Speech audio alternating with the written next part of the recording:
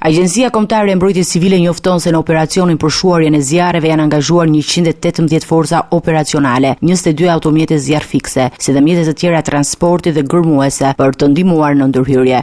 Pavarësisht izolimit të vatrave, disa prej tyre, sidomos në zonat malore dhe të vështira, mbetet në vëzhgim të vazhdueshëm për të parandaluar përhapjen. Bazuar në informacionet e dërguara nga strukturat e sistemit të mbrojtjes civile në nivel qendror dhe vendor, në Qendrën Kombëtare Operacionale të Emergjencave Civile, në Agjencinë Kombëtare të Mbrojtjes Civile, gjatë 24 orëve të fundit është raportuar për 13 vatra zjarri, të cilat janë izoluar të gjitha. Pas një pune të pandërprer, zjarri i rënë në një sipërfaqe me lis, shkurre dhe ullinj, në fshatin Llaman, njësia administrative Himar, bashkia Himar, u arrit të shuhej.